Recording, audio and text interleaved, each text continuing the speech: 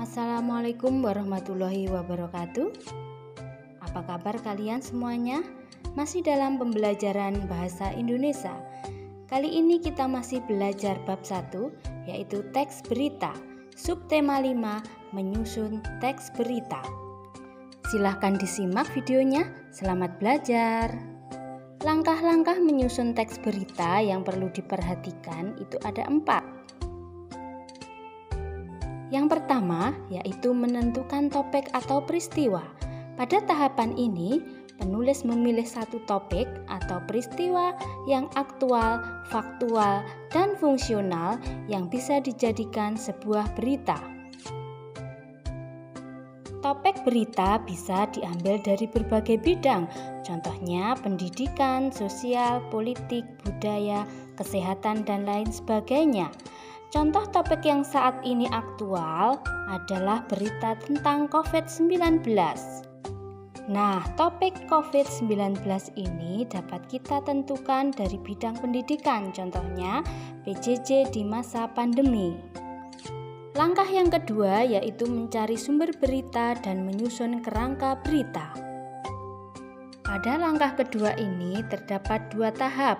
Yang pertama yaitu penulis menentukan narasumber yang bisa memberikan informasi secara tepat peristiwa yang akan diberitakan. Seperti contohnya tadi, PJJ jarak jauh di masa pandemi, sehingga narasumber yang cocok misalnya Menteri Pendidikan atau Kepala Dinas Pendidikan. Sedangkan tahapan yang kedua yaitu penulis membuat kerangka berita berupa pertanyaan-pertanyaan terkait 5W, 1H yang bisa ditanyakan saat mewawancarai narasumber di tahap berikutnya. Jadi sebelum wawancara dilakukan, pertanyaan-pertanyaan telah disusun agar pada waktu wawancara berjalan sesuai dengan rencana, waktu yang efektif dan sistematis.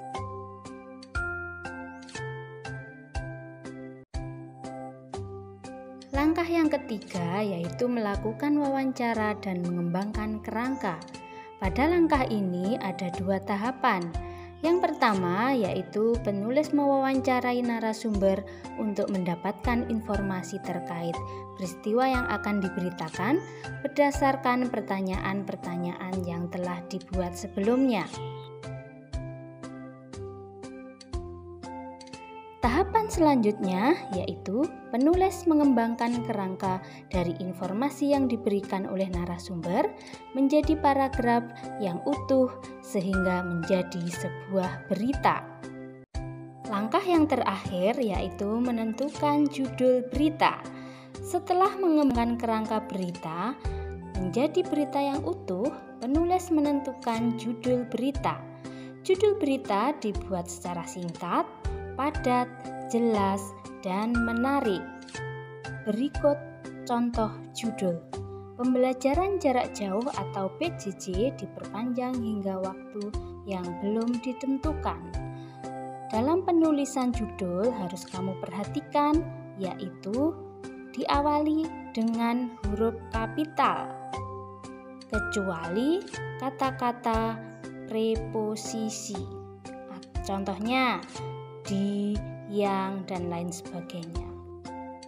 Anak-anak, selain langkah-langkah berita yang harus kamu perhatikan dalam membuat teks berita, yaitu syarat-syarat sebuah teks berita. Yang pertama, berdasarkan fakta atau faktual. Teks berita harus berisi fakta maupun sebuah peristiwa yang benar-benar terjadi.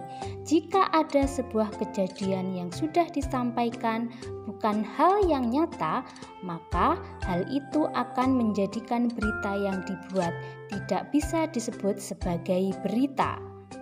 Yang kedua, yaitu aktual, di mana sebuah teks berita harus berupa peristiwa yang baru atau dikatakan masih hangat untuk diperbincangkan.